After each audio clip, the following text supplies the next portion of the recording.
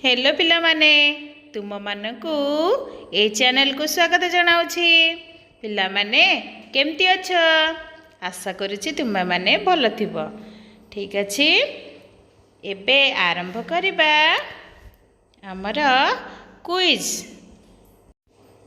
ता पूर्वरु तुमे जदि चैनल को सब्सक्राइब करिन ताहले तुमे सब्सक्राइब कर दिवा आउ पाखरे थिया बेल आइकन को बजाई देबो। तेणु तुमे माने मु जहाँ वीडियो करी देखि पारिबो। ठीक अच्छे, ताले आज अच्छी टॉपिक ओडिशा भाषा और इतिहास। चलो आरंभ करिबा। ओडिशार सबुठारु प्राचीन बंदर नाम कौन? पालुर, गंजाम। ओडिशा रे पाइक विद्रोह केबे होइथिला? 1817। केउ राजवंशर शासन काल को ओडिशा इतिहास रे सुवर्ण युग कुहाଯାଏ? गंगवंश। ओडिशार केउ राजा को चंडाल राजा कुहाଯାଏ? राजा पुरुषोत्तम देव। ओडिशार पुरातन नाम कौन थिला? कलिंग, उत्कल, उड्र।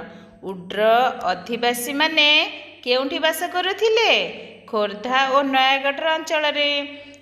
ख्रीष्टपूर्व 350 रे कलिंगर केउ राजा राजती समय कलिंग को एकाठी करथिले?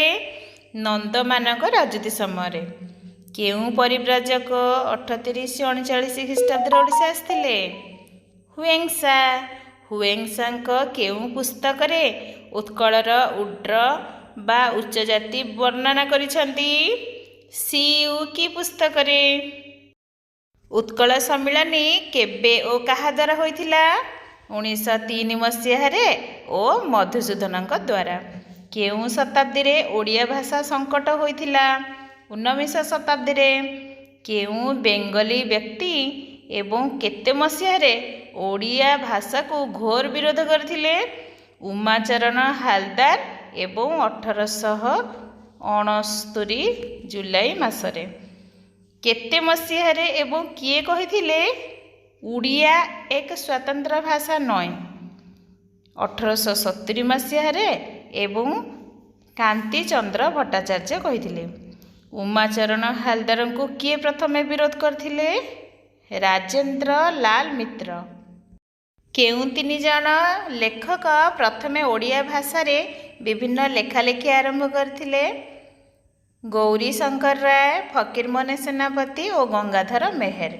प्रथम ओडिया संवादपत्र नाम कौन? उत्कल दीपिका। यही उत्कल दीपिकार संपादक किए थिले? गौरी शंकर राय। अशोक केबे कलिंग आक्रमण करथिले? ख्रीष्टपूर्व 261। कलिंग अशोकଙ୍କ शिलालिपि केउठी देखा जाए? धौलीगिरी और जौगड़। क्विज तो जानिल। ताहले तुमको जदि चैनल टी भल लगे ए चैनल टी सब्सक्राइब करिवो, पाखर थे बेल आइकन को बजाई देबो एवं सांग मानन को शेयर करिवो, वीडियो टी लाइक करिवो। ठीक अछि, थैंक यू पिला माने।